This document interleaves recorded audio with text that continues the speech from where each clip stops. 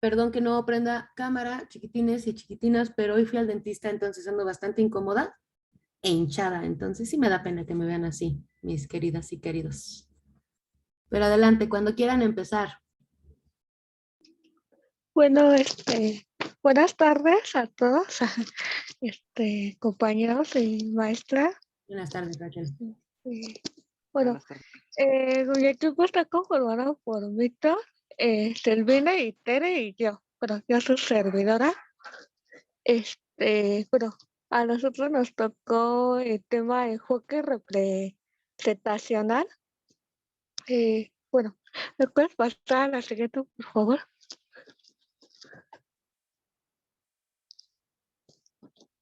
Bueno, ¿qué es Sí. Bueno, el enfoque representacional, pues, en el plano, ya. Bueno, ahí consiste en que toda medición debe asegurar una adecuada representación del atributo real medido mediante los símbolos o números asignados. A esto se refiere como, podríamos decir que ahora sí que los datos obtenidos eh, deben ser medidas para, ahora sí como, para, bueno, para poder representar los atributos de las entidades reales. Ahí lo que pretendemos hacer es como caracterizar ahora sí que dichos datos que nos ayuden como a preservar, ahora sí como que dichas, ahora sí que para establecer medidas que debemos partir de nuestra observación. Ahí podríamos decir que del mundo real o por ahí también le llama dominio, como por aquí. Bueno, por ejemplo, un ejemplo podría ser que, por ejemplo, por ejemplo, yo, ¿no? Si menciono una persona que les digo a ustedes, ¿no? Que una persona que se llama Ana, pues de repente lo vamos a imaginar, ¿no? Y vamos a obtener en nuestra mente ahora sí que una representación, por decirlo así. Bueno, eh, ahora sí que ahí como que ya estamos, por ejemplo, si Ana, un ejemplo, ¿no? Que les mencioné a Ana, eh, pues podríamos decir que es bonita, es alta, es flaquita,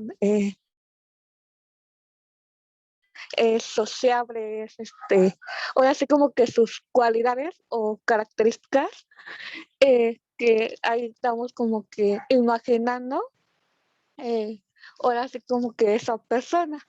Pero en eso se llama como, bueno, simbología, donde hay como que le llamamos los símbolos que puede ser como dibujos, imágenes que pasan en nuestra mente. Y bueno, para agregar algo más, también me faltó decirles que los atributos pues, se refieren ahora así como las características o las cualidades que tiene el ser humano, por decirlo así. Esto pues mis compañeros van a explicar más sobre esto. Bueno,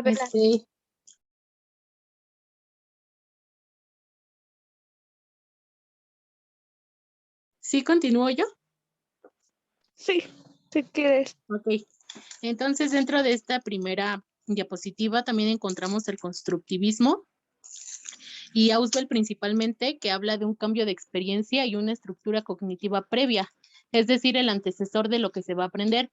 Dentro del ejemplo que mencionaba mi compañera Raquel, es un ejemplo, al mencionar a Ana, estamos haciendo una figura, un símbolo, una representación de una mujer, pero sin importar que la conozcamos o no, es solamente la conceptualización de una mujer, porque ya tenemos una simbología, un aprendizaje de lo que es una mujer, a diferencia de pues un hombre o cualquier otro ser que podríamos nosotros pensar o ejemplificar en la mente. Es a lo que se refería un poco Raquel con el ejemplo que puso sobre Ana. Pasa lo mismo como cuando mencionamos un perro, o sea, cuando dices tú, no sé, tengo un perro, sin importar qué perro sea, tú ya imaginaste pues el animal.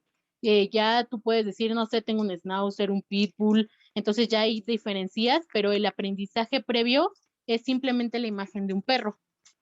Después, hablando de esto de la conciencia, existen diferentes tipos de conciencia. Bueno, para empezar, la conciencia, ahí como dice en la diapositiva, es una propiedad de algunos estadios y sucesos mentales que implica la instación.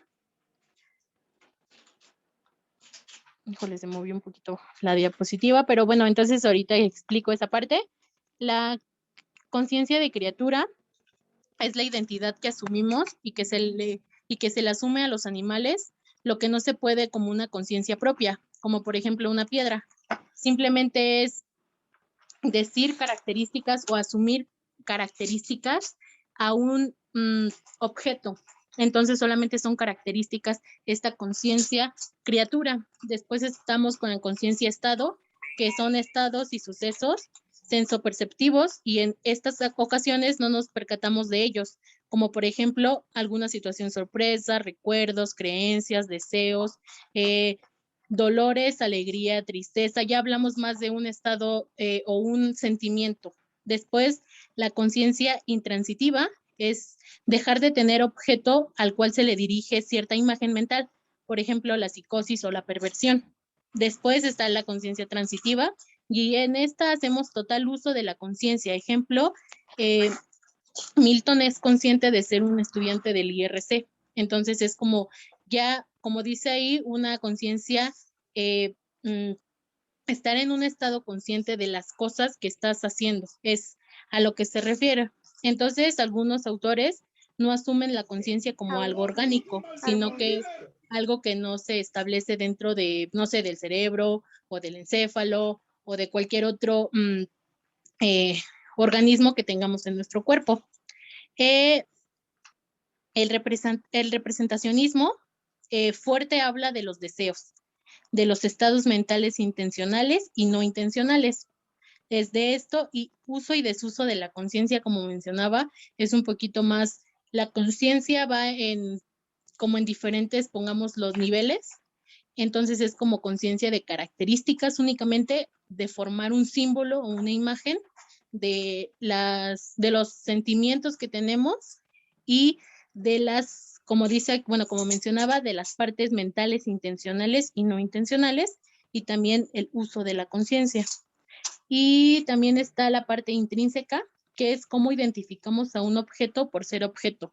Es como mencionaba el perro, o sea, nosotros decimos perro y asumimos o ideamos una imagen de un perro sin importar que pongamos características que sumen a ese perro, porque pues tenemos que bien identificado o bien pensado que un perro, aunque sea de la misma raza, va a tener diferentes características.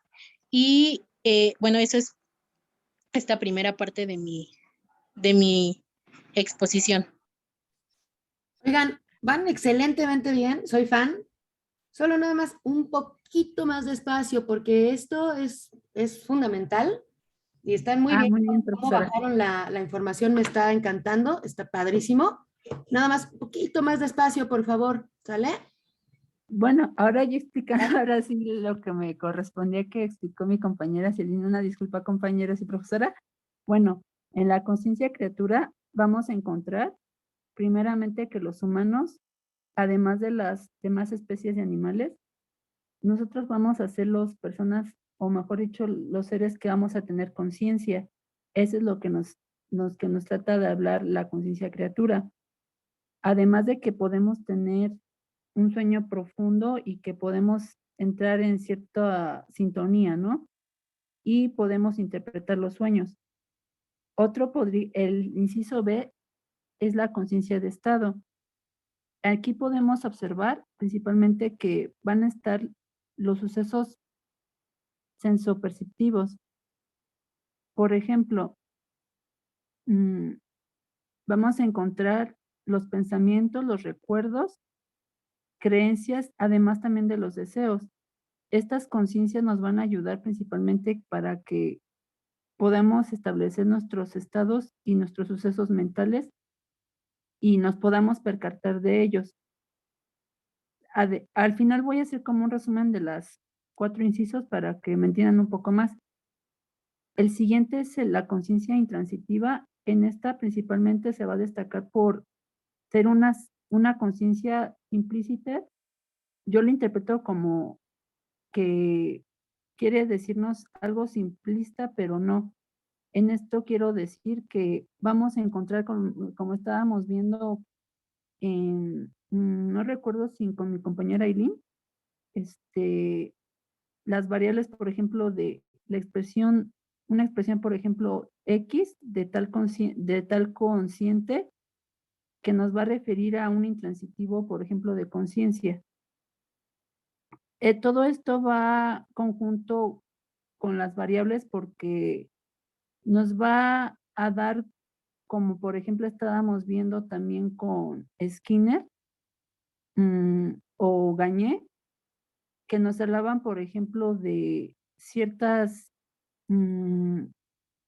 por ejemplo, no sé si se diga, bueno, no sé si decirlo así, pero como ciertos estímulos para obtener ciertas respuestas, ¿no? Por medio de algoritmos, fórmulas matemáticas que nos van a ayudar a tener un cierto control o síntesis en el aspecto de que podamos darle más precisión a lo que queremos describir. Pero en este caso, como estamos describiendo la conciencia en el ser humano, por eso se diferencia de los animales, porque a nosotros al ser conscientes, a pesar de como vimos en psicología social, que a pesar de que los animales también tienen conciencia, pero como no se ha demostrado a ciencia cierta cómo cómo nos podemos comunicar con ellos, por eso mencionamos que los animales no tienen conciencia más que el ser humano, porque nosotros ya demostramos que podemos, a pesar de que no cometamos errores, por ejemplo, podemos, ¿cómo decirlo? Pues sí podemos modificar esas conductas, ¿no? Por medio de estímulos, por medio de estímulos. Por ejemplo, el del que vimos en semestres pasados del estímulo con el perro que se le daba alimento y al salivar se daban cuenta que pues generaba cierta salivación y tenía hambre, ¿no? Siguiendo con la conciencia transitiva, en esta principalmente se va a distinguir porque está en el sistema cognitivo, además de que se piensa en el alguien, ¿no? Como mencionaba mi compañera Silvina, vamos a tener ciertos ejemplos de que va a estar un consciente X y un consciente Y. En esto va a estar transitando principalmente a nuestra conciencia, ¿no? Vamos a pensar, por ejemplo, en las probabilidades de que cometamos cierto error o margen de error. Por ejemplo, cuando salimos de casa, podemos distinguir cuánto tiempo podemos transcurrir a llegar a la escuela, ¿no? Pero por ejemplo, a veces podemos tomar o no en cuenta las variables de que puedan ocurrir un accidente o que incluso no podamos llegar porque se nos hizo tarde, ¿no? Son cosas que poco a poco nosotros al ser conscientes tenemos esa sintonía de poderlos distinguir, ¿no? De, por ejemplo, decir también de que me voy a tardar cierto tiempo en el doctor, ¿no? Y pues va resultando que pues si no tienes una cita pues sí que no tienes una cita, tienes que esperar la unifila, ¿no? Porque pues no tienes como tal una cita o no alcanzaste ficha por no haberte parado temprano. O sea, como que nosotros tenemos esas esa conciencia de saber de lo que podemos medir, incluso a veces no medimos las consecuencias de nuestros actos, ¿no? Es lo que trato de explicar con esto. Además de que podemos dividir estas conciencias, las vamos a dividir principalmente en conciencias, a ver, esperen, reduccionistas y no reduccionistas. Estas conciencias nos van a ayudar principalmente en términos físicos como neuronales, computacionales, y los mentales, que van a ser las representaciones, como mencionaba mi compañera Silvina también, que, por ejemplo, nosotros vamos a distinguir cierta representación, por ejemplo, que también mi compañera Silvina les va a hablar más adelante. Por ejemplo, estábamos hablando, de hecho nosotros, del grupo, ¿cómo se llama? ABBA. Una persona que pues escucha el grupo puede distinguir de qué música se trata, o de cuando se dice, ¿has escuchado ABBA? Sí, pero otra persona, por ejemplo, que no sabe o que no habla el idioma, no va a distinguir tan fácilmente qué es ABBA, ¿no? Por ejemplo, va a distinguir ABBA, por ejemplo, como ¿cómo se llama? Un haba de comida, ¿no? Una leguminosa. Entonces se le va a hacer raro y cada persona lo va a representar de cierta forma. Por ejemplo, otro ejemplo sería de cuando en clases nosotros, el profesor o la profesora nos está indicando que, por ejemplo, ¿cómo qué ejemplo sería? Es que no sé ¿Te qué interrumpo ejemplo un poner. segundo? Te interrumpo un Sí. segundo, Milton. Está padrísimo, ¿eh? Muy bien, lo están haciendo muy bien. Ahora déjame entero el chisme. No, ya, buenísimo. Nada más, estamos entonces hablando de qué, Milton, de significantes. Así es, profesora. Entonces, en ese sentido, pensamos que un significante jamás va a ser igual para las personas, pero en nuestras pruebas tienen que tener cierto control, por decirlo así, sobre ese tipo de significantes. Y es parte de lo que hablábamos ayer, ¿cierto? No va a cambiar la forma en que yo lo interpreto, porque esa es inamovible, pero sí van a cambiar, en este caso, como ya estamos viendo en la teoría representacional, el atributo real tiene que ser medido, entonces, mediante estos símbolos o números asignados. Y estos símbolos o números asignados no son otra cosa que significantes. Y para cuando te toque ejemplificar, pues el ejemplo que siempre pongo, acuérdate, el del cáncer es buenísimo. Hay varios, ¿no?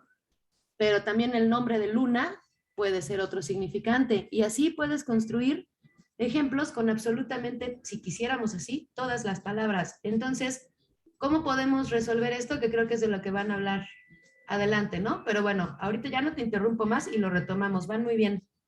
Adelante. Gracias, profesora. Exactamente como mencionó la profesora, pues nosotros al mencionar cáncer podemos mencionar un signo zodiacal, ¿no? O incluso otras personas lo van a relacionar con una enfermedad peligrosa. Y pues, como mencionaba la profesora, al darle significado a las palabras o a los símbolos, nosotros podemos interpretarlo de diferente forma dependiendo también de nuestra cultura, o además de eso, de cómo fue integrándonos nuestro núcleo familiar o el entorno en el que nos encontramos, ¿no? Para continuar. Bueno, yo tengo algo como que agregar dentro de lo que acaba de mencionar Milton y la maestra, que dentro de estas significantes hay parámetros y son los que nos permiten de alguna manera, como dice la maestra, encontrar tal vez una media que nos ayude a ejemplificar estas conciencias que va o que son diferentes la interpretación de cada persona a la que le va a dar. Y creo que dentro de esto también se complementa la reflexión y el pensar para poder generar esta significante a lo que vamos a hacer alusión, como decía la palabra luna, la palabra cáncer, o que tenga de alguna manera esta libertad de representación a lo que cada persona le va a atribuir o le va a dar ese cierto valor.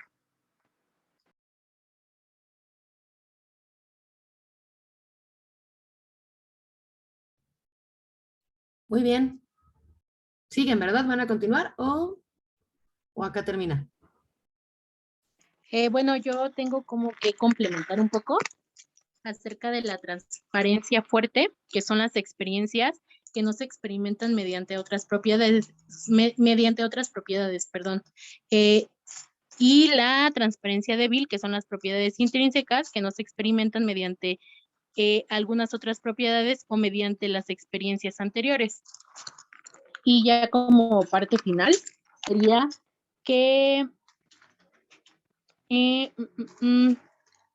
que la percepción y la representación son las que se adjuntan a la conceptualización de la significante que se va a dar o de la significante que la persona va a interpretar, y esto habla un poco, nuevamente menciono lo de los parámetros para poder de alguna manera controlar estas significantes que nos van a estar dando mediante, no sé, algunas pruebas o algunos métodos que nos ayuden a controlar esta parte de la población que vamos a estudiar o que estamos revisando.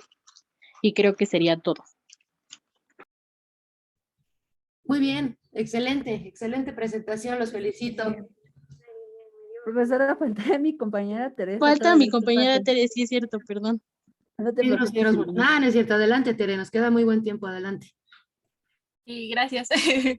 Perdonen si se escucha música de fondo, pero mis vecinos se les ocurrió poner música y en fin. Yo les iba a hablar sobre lo que es lo de las teorías representacionales. Se mencionan que existen dos estados, lo que serían los estados mentales intencionales, que como la palabra lo dice, son intencionales o se dirigen hacia algo. La otra es los estados mentales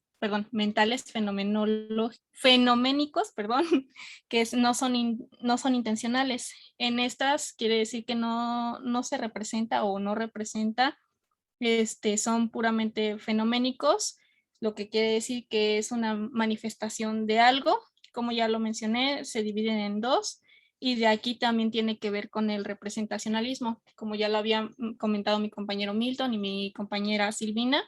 Voy a dar más o menos un poquito de lo que es el representacionalismo, o como yo entendí el representacionalismo, que intenta romper con la tradición considerada que todos y cada uno de los estados mentales conscientes siempre están presentes. No siempre la conciencia va a estar presente, aunque podría decirse que sí. Es un poquito complejo.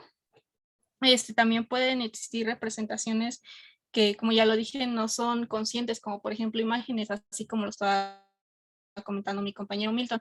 Algunos se los pueden, nada más dicen, por ejemplo, lo que dijo mi compañero Milton de un perro, unos van a decir, pues es un perro, y otros se van a imaginar el perro, y más dependiendo si se describe o no.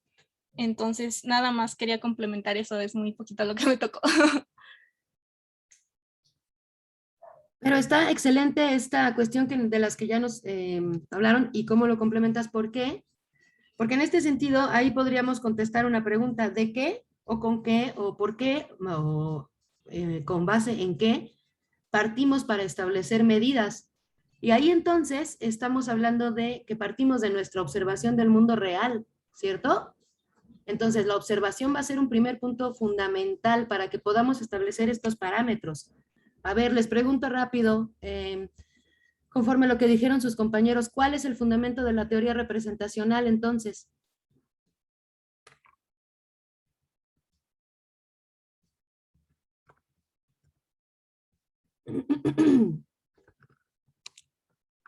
Podría ser como el atribuirle algún significante a algo.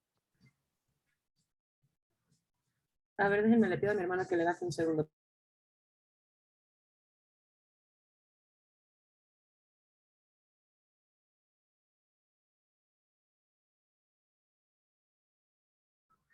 Ya, perdónenme, a ver, ¿me lo puedes repetir? Y decía que podría ser como el atribuirle un significante a algo, que básicamente era lo que mencionaba mi compañera Raquel, donde decía que se debe de asegurar que le estábamos dando una representación a un determinado atributo. Muy bien, exactamente. Este sería el fundamento, ¿no? Del cual partimos.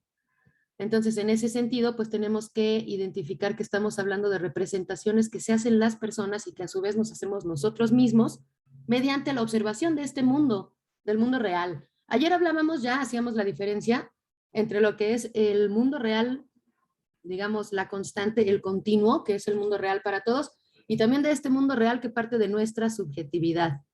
En esta comunicación inconsciente, entre inconscientes, pues, ¿no? Es donde se encuentra, digamos, ubicado tanto el símbolo como el significante, de forma tal que el símbolo, o el, vamos a llevar más bien el significado, primero vámonos con el significado, pues es aquello que se comparte entre todas las personas.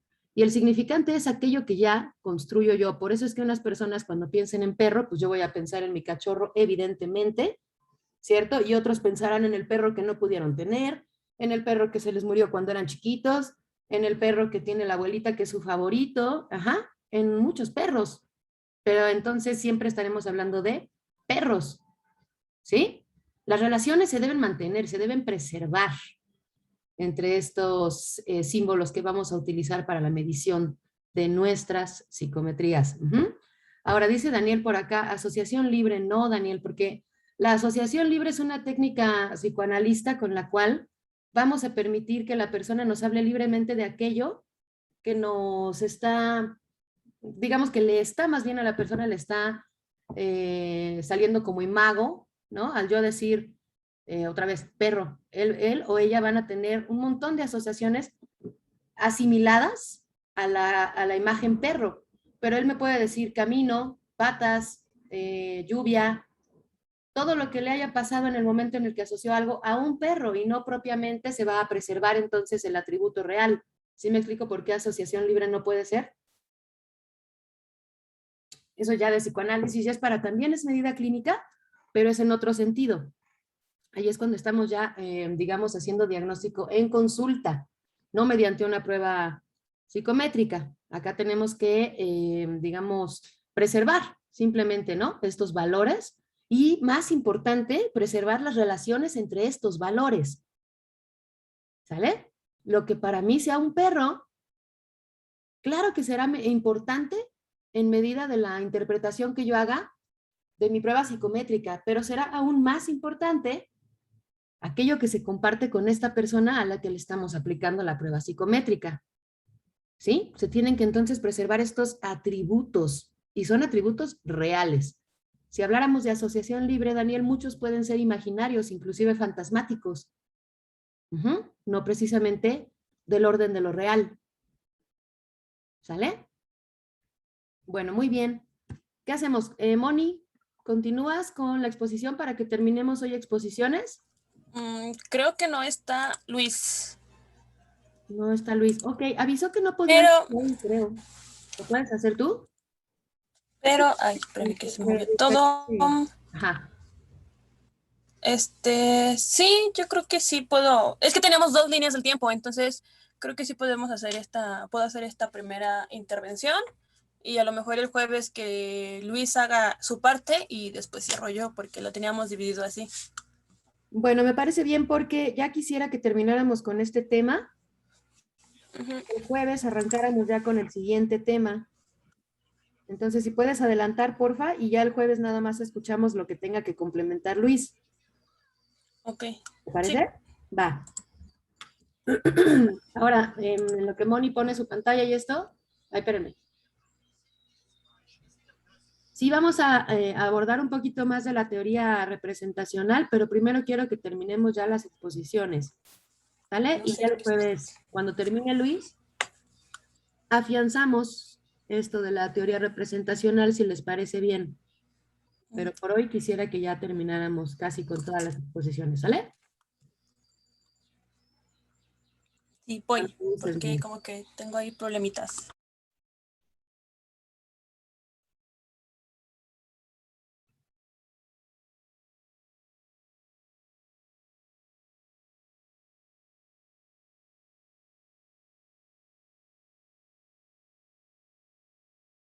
Bueno, en lo que Moni pone su presentación,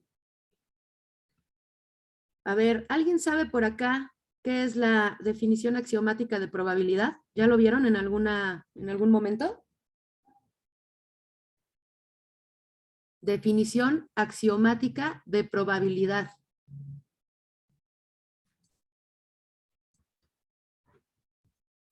¿No? No, maestra. No, Ok. maestra. Bueno, entonces, a ver si Ania, ¿lo podrías investigar para el jueves? Y brevemente exponerlo, muy breve, porque es muy sencilla, es facilísima. Sí, maestra. ¿Te late? Órale. Sí, con gusto. Bueno, imagino entonces también que no tenemos idea qué es el concepto de aproximación todavía. No, profe. Ok. Entonces, a ver, ahorita les digo quién. Ay, Ámbar. ¿Entró Ámbar hoy? ¿Andas por acá? Sí, ¿Te la ¿me avientas? escucho? Sí, maestra. ¿Aproximación? Por favor. Ok. Bájale, Salmita, porfis. Bien, bueno, a mí me toca esta parte de la cuestión de la historia de la psicometría, pero bueno, en el caso del grupo en el que estoy, el semestre pasado hicimos una línea del tiempo relacionada con esta cuestión en base a lo que es evaluación y medición.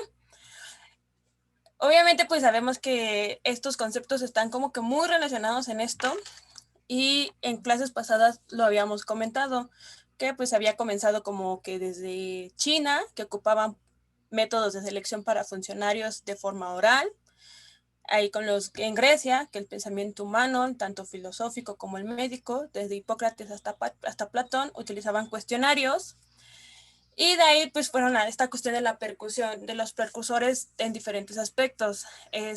Muchos entendemos que la psicometría empezó por Gatell, pero hay como que indicios de que fue desde antes. Es algo como que un poquito aburrido esta situación, pero el hecho de presentarles esta primera línea del tiempo basada en lo que es medición y evaluación, pues también nos va a dar un panorama muy amplio a la cuestión de la historia de la psicometría, ya con los precursores, como quien dice. Y ¿me puedes dar hacia abajo? Por ejemplo, aquí está Juan Huarte de San Juan, que fue también parte de esta cuestión del grupo de médicos filósofos. Había hecho como que varias ideas de esta cuestión de la medición. Y algo muy importante, ¿le puedes bajar, Salmita, por favor? Aquí ya se menciona de Francis Galton, que publica la clasificación natural, esta cuestión de que inicia el estudio de las diferencias individuales. También conocemos que también hizo esta cuestión de denominar los test, por así decirlo. Aquí una parte también importante, entre 1887 y 1898, el pedagogo Geoff Price utiliza por primera vez grupos de comparación para medir la eficacia de los programas, que se estudió a través de la ortografía, con 33,000 estudiantes, aproximadamente de un amplio sector escolar. En esa época, pues, era como que estar haciendo estas comparaciones y demás. Un ejemplo que viene también en el texto que nos mandó la profesora es sobre Binet, que propone el método de lo que serán los test mentales como tales, que son pruebas para integrar el estudio de la memoria, las imágenes mentales, la imaginación, la atención, la comprensión, la sugestibilidad, los sentimientos estéticos y morales y hasta la fuerza de voluntad. De hecho, es algo como que muy parecido a lo que hizo Wundt al principio. Wundt empezó con esta cuestión de querer empezar a medir, de querer empezar a hacer esta cuestión de las exploraciones, pero pues como que no se le tomaban tanto porque era como que un poquito subjetivo, no tenía una gran confiabilidad en esos aspectos, y pues de ahí fue que también se empezó a partir esta parte de la psicología como ciencia. Como le mencioné, Binet es el que hace más aportes a esta parte de la introducción a la psicometría. Aquí menciona que una primera aportación de Binet es la aplicación del interés por el estudio de las funciones sensoriales, perceptivas y motoras, objetos planteados por Galton. Entonces él siguió siendo esta cuestión que Galton había puesto. Y también Binet estableció 3 tipos de requisitos que las pruebas de medida de esas facultades psíquicas superiores debían de reunir, que estén formadas por tareas sencillas, que en su aplicación se invierta poco tiempo, que sean independientes del examinador y que los resultados obtenidos puedan ser constatados por otros observadores. Aquí en esta parte, creo que como lo hemos mencionado o lo han mencionado anteriormente, tanto con el texto que nos mandó la profesora Mariana y alguna información que nos ha dado la profesora Zuleima, parte importante de la aplicación de los test es la persona que lo aplica. ¿Por qué? Porque pues obviamente si la persona que lo aplica tiene una evaluación no correspondiente, una evaluación no que arroje resultados negativos, por así decirlo, pues va a afectar esta cuestión. Y como hemos visto, alguna de las desventajas de los test psicométricos es esta parte de que encasillan, de que también pueden resultar erróneos por algún cierto margen, etcétera. ¿Le puedes bajar un poquito más, Salma?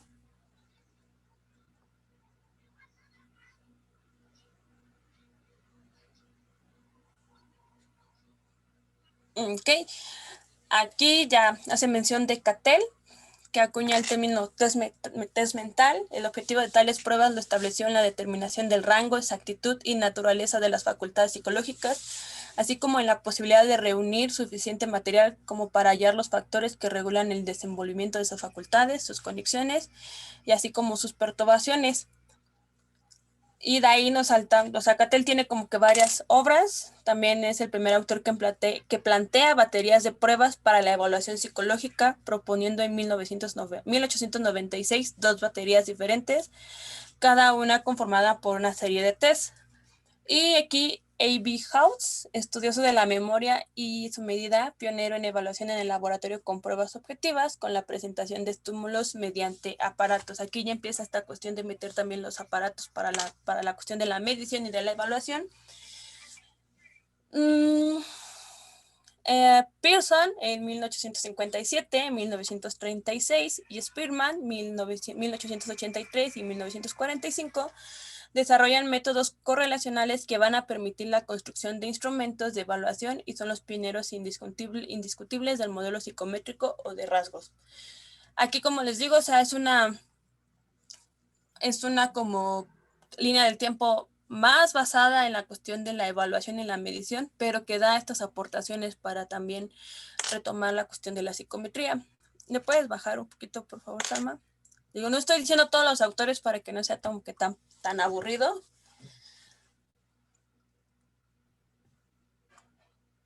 No es aburrido, es histórico.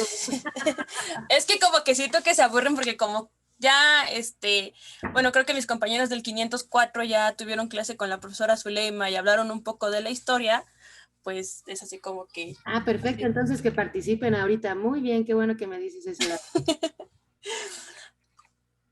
Más abajo, la otra que sigue, por favor. Aquí está otro, Freud y Jung, entre 1875 y 1947, publican la interpretación de los sueños en 1900 y el método asociativo en 1904, respectivamente, es lo que hacen un análisis del inconsciente mediante la asociación, inaugurando así el modelo psicoanalítico y o dinámico de la evaluación. En este aspecto de lo que comentaban hace rato, que estaba haciendo la intervención, bueno, la participación por el chat, Eduardo, sobre la asociación libre. Entonces también en esta parte se puede decir que en el psicoanálisis, aunque pensemos que no hay como que una medición y una evaluación, o a lo mejor los resultados pueden ser un poquito subjetivos, correspondiente a la interpretación, pues no, porque relativamente hay ya un bagaje cultural por parte de los pioneros del psicoanálisis, que es lo que a nosotros ahorita nos funciona plenamente si queremos dedicarnos realmente a dar psicoterapia y demás.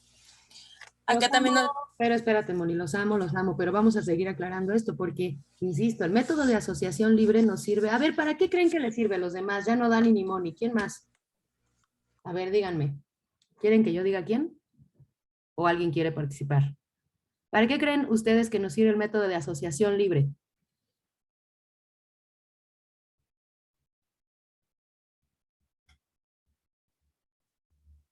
Podría ser para conocer como un poco del psiquismo de la persona, es decir, bueno, es que no sé cómo decirlo, pero pues claro que estas asociaciones van a depender de su contexto, de su historia de vida. Entonces yo creo que es para conocer un poco más, indagar más allá del discurso que el paciente nos pueda dar, es como indagar más allá. Ujú. Indagar más allá. Muy bien. ¿Quién más? Yo, Ay, perdóname, pasa tú primero. ok, gracias. También podría ser como para que nuestro paciente se abra más, o sea, nos tenga como que más confianza y diga así sus relatos como que sin censura, por así llamarlo. Ah, ¿quién está participando, perdón? Odalis. Muy bien, Odalis. Ujú. Sí, ¿no? Eso es como se define. Me gusta que hayas buscado la definición. Muy bien. Sin censura, sin censura. Al hablar de símbolos, recordemos que estamos hablando de cuestiones consensuadas, ¿cierto? ¿Qué quiere decir consensual? Consensual es que ya se llegó a una normalización de las acepciones que puede tener uno u otro término conforme lo social. Es consensual, ¿cierto? Entonces, un significante, ándale, como un acuerdo, Joma, exacto. Pero entonces, un significante no siempre tiene que ser consensual. Yo puedo tener un significante específico sobre alguna cuestión y entonces cuando hablamos de no censurar, es que yo quiero escuchar los significantes.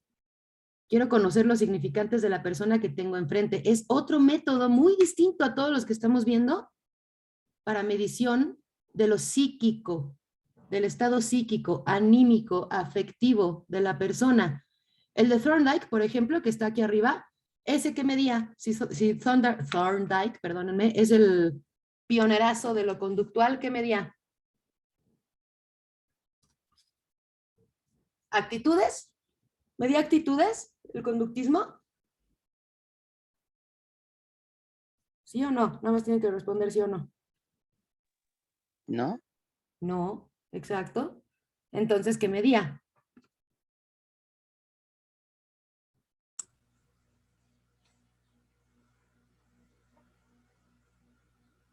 El comportamiento humano. Que se puede entender entonces como una consecuencia, ¿cierto? Por eso hablábamos de que existen dos parámetros bien importantes, ¿no? Al principio de la lectura los mencionaba por ahí.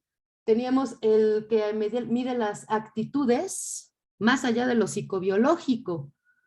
Lo psicobiológico, cuando hablemos de psicobiológico, entonces estamos hablando del directamente proporcional del estímulo físico, vendrá una consecuencia psíquica, que en dado caso los conductuales entendían como una conducta, como tal. Cuando va avanzando la cuestión de las mediciones, se saca de término todo lo psicobiológico y se empieza a hacer un acotamiento de lo propiamente psíquico o psicológico, ¿cierto? Y entonces ahí hablamos ya de actitudes, formas de ver la vida, bla, bla, bla, bla, bla, llámenle como quieran, entonces estamos midiendo qué, significantes, ¿no? ¿Sí? Más o menos queda por ahí un poquito más claro. Bueno, muy bien, adelante, Moni. Sí, bueno, de ahí nos saltamos a Woodward, que construye el primer cuestionario colectivo de medida del ajuste personal o de la personalidad. El personal data sheet, creo que se dice así, se administrará a miles de soldados en la Primera Guerra Mundial, que supone un antecedente de modelo de rasgos.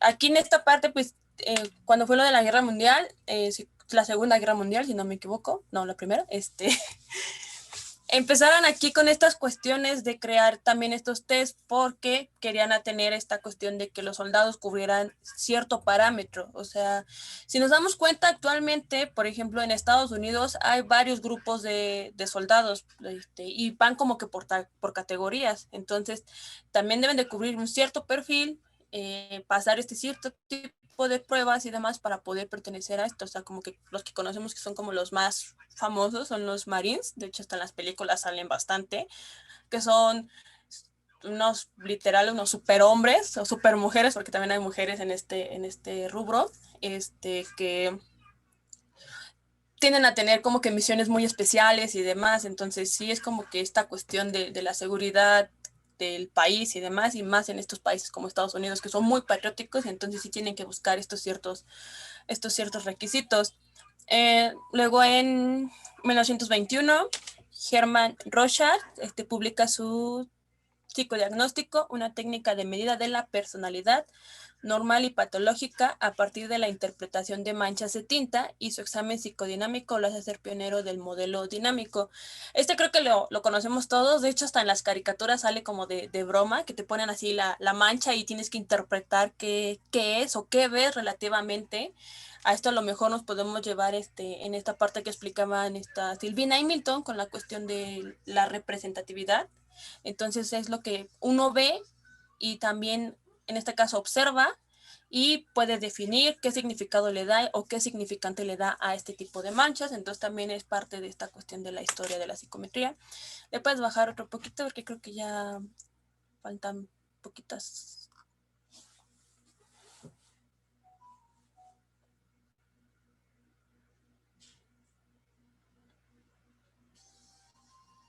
Ok, aquí están. En 1947, Halstea con su obra El cerebro y la inteligencia, y Luria con su restauración de la función tras una lesión cerebral, sientan las bases de la evaluación neuropsicológica. Acá me salté David Wesley, en 1939, justo aquí en Estados Unidos, publica la primera edición de su escala de medida de la inteligencia del adulto, que se convierte en uno de los test más utilizados. En 1948, la Oficina de Servicios Estratégicos de los Estados Unidos publica Assessment of Men, disculpen el inglés, donde se presenta una primera definición de evaluación como el arte científico de llegar a conclusiones suficientes con insuficientes datos. Supone un antecedente indiscutible de la evaluación conductual. Aquí en esta parte sí no encontré como que mucha información, de hecho también tenía como que esta parte de dudas, porque creo yo que este estudio pues sí habla como que de la aplicación de la validez o de las medidas no correlacionales, o sea, como que un estudio no correlacional, porque pues plantea una hipótesis, pero la hipótesis no es totalmente medible. Entonces es así como que algo medio complicado, y aquí ya encontramos esta parte de evaluación conductual. O sea, es un antecedente bastante fuerte porque la mayoría de los test psicométricos también, pienso yo, evalúan esta parte conductual, y es ahí donde encasillan esta cuestión de los chicos en el caso de las orientaciones vocales. Por tener ciertas conductas, pues te puedes dedicar a tal carrera o tal, o puedes estudiar tal cosa, etcétera. O no sé si esté bien el ejemplo que voy a decir, también con la cuestión de cuando hacen estos tipos de estudios, pues de ahí dicen, es que el niño tiene déficit de atención, es que el niño tiene problemas de no sé qué. Entonces también esta parte son como que de ese tipo de estudios. ¿Le puedes subir tantitito para ver la que está arriba, por favor, Sama? Aquí está. En 1963, Arthur Wade Stats, en Estados Unidos, publica Complex Human, donde se sientan las bases para una evolución conductual integradora en la que se funciona un modelo conductual y un psicométrico o tradicional de la evaluación psicológica. Aquí ya vemos esta cuestión de la mezcla de una evaluación conductual y una parte de medición. O sea, ya se mezclan estas dos cuestiones, entonces también es ahí como que el dato. Y en 1955, George A. Kelly, en su obra de Psychology of Personal Constructs, presenta el REPE, no me acuerdo qué era, y sienta las bases de un modelo constructivista de la evaluación. O sea, como estábamos hablando esto, o sea, la mayoría de las veces se evalúa en los test psicométricos con las cuestiones conductuales o de aptitudes. Entonces es ahí donde viene este referendo, y sabemos que se utilizan más en la parte educativa y en la parte organizacional, las ubicamos más en estas dos áreas, en lo educativo y en lo organizacional. ¿Le puedes bajar, por favor, Salmix? Sí podríamos pensar que se pueden usar más para esto, sobre todo con el contexto que nos estás diciendo, Moni, porque en este sentido, tanto en la Primera como en la Segunda Guerra Mundial hubo necesidad de reclutar personas de manera rapidísima, y además cuyo perfil fuera específico y que sirviera, ¿no? Para lo que se buscaba en, en las guerras, ¿no? Entonces, no solo eso, sino que también se tenía que reclutar gente cuya lengua materna no fuera el inglés. Eso metía ya de por sí una variable importante, ¿no? Si el lenguaje no es el mismo, entonces, ¿qué pasa una vez más con la cuestión de los significantes, del significado y de los símbolos? Pues van a variar, ¿cierto? Ahí vemos entonces una primera variación importante. Ahora, estas sí fueron pruebas que nacen justamente, como dice Moni, para la medición de las conductas, actitudes, perfiles, básicamente para saber si podía ser un asesino o no, ¿no? Aunque suene radical, pero bueno, sí, sí que lo era, ¿no? En ese sentido. Y por otro lado, también ya empezaban a nacer los test de personalidad, que esos también los vamos a abordar, que son muy distintos. Ajá, y entonces ahí estamos hablando de otro tipo de personalidad, digo, de test psicométricos, que son varios de los que ya mencionaste, pero ya les daremos contexto. Muy bien, Moni, adelante. Sí, y bueno, esta tabla es sobre esta cuestión de cómo cambió la evaluación durante las épocas. Una primera generación que se toma desde lo que empecé a hablar yo, que es desde los chinos hasta 1930, una segunda generación que es de 1930 a 1957, una tercera generación que es de 1957 a 1972 y una cuarta generación que es desde 1973 y actuales. Realmente como dato actual no encontré mucho sobre esta cuestión de precursores modernos, por así decirlo, porque la mayoría de los test se han ido adecuando con el paso de los años, o sea, por comentario de Salma, de Daniel y de algunos compañeros del grupo 504, me habían dicho que el semestre pasado la profesora Sack les dio como que unos test para ahí verlos y demás, pero como que al buscar como que una actualización no hay, y como habíamos comentado, luego las traducciones son muy ineficientes, porque pues hay palabras que en algún vocabulario no existe, o en alguna lengua no existe, o no se puede traducir como tal, entonces son como que quedan esa cuestión de hueco, porque no se pueden totalmente traducir como tal, entonces actualmente como que no hay muchos test que hayan salido, o vemos que hay esta cuestión de las pruebas estandarizadas y las pruebas no estandarizadas cuando nosotros nos llegamos a escuchar o llegamos a leer en algún texto científico que nos lleguen a mandar, pues es como que la aplicación de la prueba no estandarizada, y es ahí donde tenemos como que en lo personal a mí me causa dudas, y sería como que todo. Está maravilloso, Moni, con esto que cierras, porque esas dudas se convierten en lo que entonces nosotros conocemos como que si alguien le atina hasta de verdad le sube un punto. ¿Qué sería? Estos huecos a los que se refiere Moni ahora en este caso de las narrativas que tiene una traducción, pero hablando en psicometría. A ver, serían caricaturas no manchen, ciérrense el micrófono tantito. ¿Eres tú, Moni? Sí, soy yo, es que estás ahí, aquí. Muy bien, salúdamela. ¿Sale? Entonces, ¿en qué se convierten este tipo de huecos? Pues en los sesgos. Exactamente. Y estos sesgos, entonces, Moni, son interpretables, ¿no? Ahora, ¿por qué no hay actualización de las evaluaciones? Que sí la hay, por supuesto que la hay, pero más en el sentido de que ustedes, como nuevos investigadoras e investigadores, puedan construir sus propias pruebas psicométricas, porque en tanto tú impongas una prueba psicométrica con parámetros ya muy rígidos, muy específicos, entonces pues tu prueba tendrá sesgos tan profundos que ya sería más bien poco confiable, ¿no? Y con muy poca validez. Entonces, en ese sentido, lo que se ha actualizado es la forma en que ahora construimos nuestras pruebas psicométricas. Eso sí que tiene actualización y sí que ha cambiado muchísimo, sobre todo tomando en cuenta este periodo que les digo, entre guerras. El periodo entre guerras no solamente tuvo por ahí consecuencias sociológicas importantes, también psicosociales muy importantes. Una de ellas, la creación de pruebas que fueran en ese sentido, quizá para un lado se fue mucho más rígido, ¿no? Con los conductuales. Pero Gestalt, por ejemplo, tiene un concepto que cuando tú le preguntas a alguien de Gestalt qué es la enfermedad, pues te va a decir que tanto salud como enfermedad son, pensando en evaluación clínica, que estamos tratando de diagnosticar posibles patologías, ¿cierto? Entonces, la salud y la enfermedad son dos constructos, espero que sepan muy bien ya que es un constructo y si no, búsquenlo. Los humanistas, los gestálticos, todos tienen una definición importante de qué es un constructo. Entonces son categorías o constructos que son movibles, es decir, no son estáticos. Alguien que esté enfermo hoy puede que no esté enfermo en 3 meses, alguien que no esté enfermo hoy puede que esté muerto en 3 meses, en fin, son categorías. Y eso por decirlo de una manera muy reduccionista, pero son categorías o constructos que son tan amplios que nunca van a poder ser estáticos. Entonces, una prueba estática nos da muy pocos resultados. ¿Correcto? Bueno, muy bien, Moni. Entonces,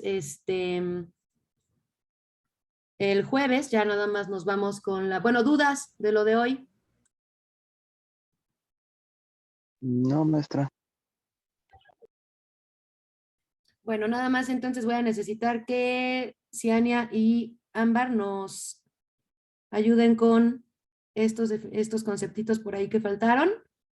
¿Sale? Sí, Y maestra. necesito alguien, o si quieren un grupo de 2 personas, pero va a ser muy breve, son ya exposiciones más bien complementarias, que nos ayude a diferenciar de Spearman, qué es el análisis factorial y qué es el análisis bifactorial, que también es muy sencillo, y nada más es una gran diferencia que ocurre con el bifactorial, que el mismo Spearman se da cuenta, unos años después de su propia teoría, las carencias de la misma, e intenta entonces complementarla. ¿Quién lo quiere hacer? Yo, maestra, con Dani. Ok, muy bien. Entonces, Diana Laura y... Andrea Daniela. Muy bien, ok. Breve, ¿no? Para que ya terminemos esto el día jueves. De todos modos, ya vamos a empezar con la lectura el día de hoy, para que el jueves, terminando por lo menos la clase, ya podamos empezar a abordar el siguiente tema y el viernes ya nos vamos directamente con el otro tema. Por favor, no falten, la mayoría de los que puedan entrar en viernes. Aquí nos vemos para ya pasar al siguiente tema, porque ya se va a acabar la unidad, ¿sale? Tenemos 5 unidades y 16 semanas, de la cual ya estamos en la semana 2, o 3, ya hasta me hice bolas, no, es la 2, ¿no?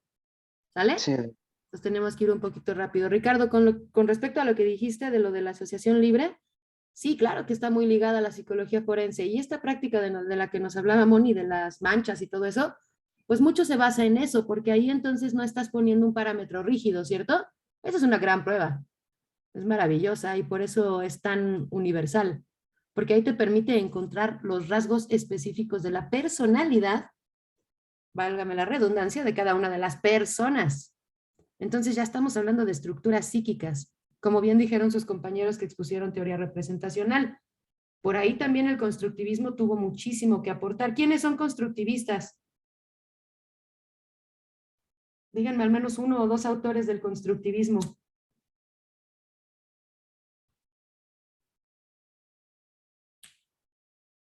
¿No fue como mencioné que era Auswell? Claro, está Auswell, que lo vimos en reiteradas ocasiones en psicológicos superiores y no se digan fundamentos, ¿no? ¿Será Brunner quizás? ¿Brunner? Brunner. ¿Quién más? Y Plug, ¿no? Sí, sí. Pero los fundadores, chiquitines, creo que les digo de ellos en todas las clases. Piaget. Exacto, ¿y quién más? Sí. Vieron porque era radical que tuviéramos todo un semestre de esos 2 casi nada más. Entonces, bueno, esto es por el por qué. Bueno, muy bien, les dejo su lectura. Ya metí en sus classrooms los links de las clases anteriores por si alguien quiere revisar. Ya están por ahí. Ahorita les paso la lectura. Van a ser lecturas cortas, pero consistentes. Y nos vemos el día jueves. ¿Sale? Está bien. Que se recupere su boquita. Ay, gracias, muy bien, ¿eh? Ahorita ni siento nada, al rato va a ser el dolor, pero gracias, Rick, seguro que sí. Gracias, maestra, hasta luego. Cuídate, cuídense mucho. Hasta luego. Gracias. Bye. Hasta luego, maestra. Muy bien, ¿eh?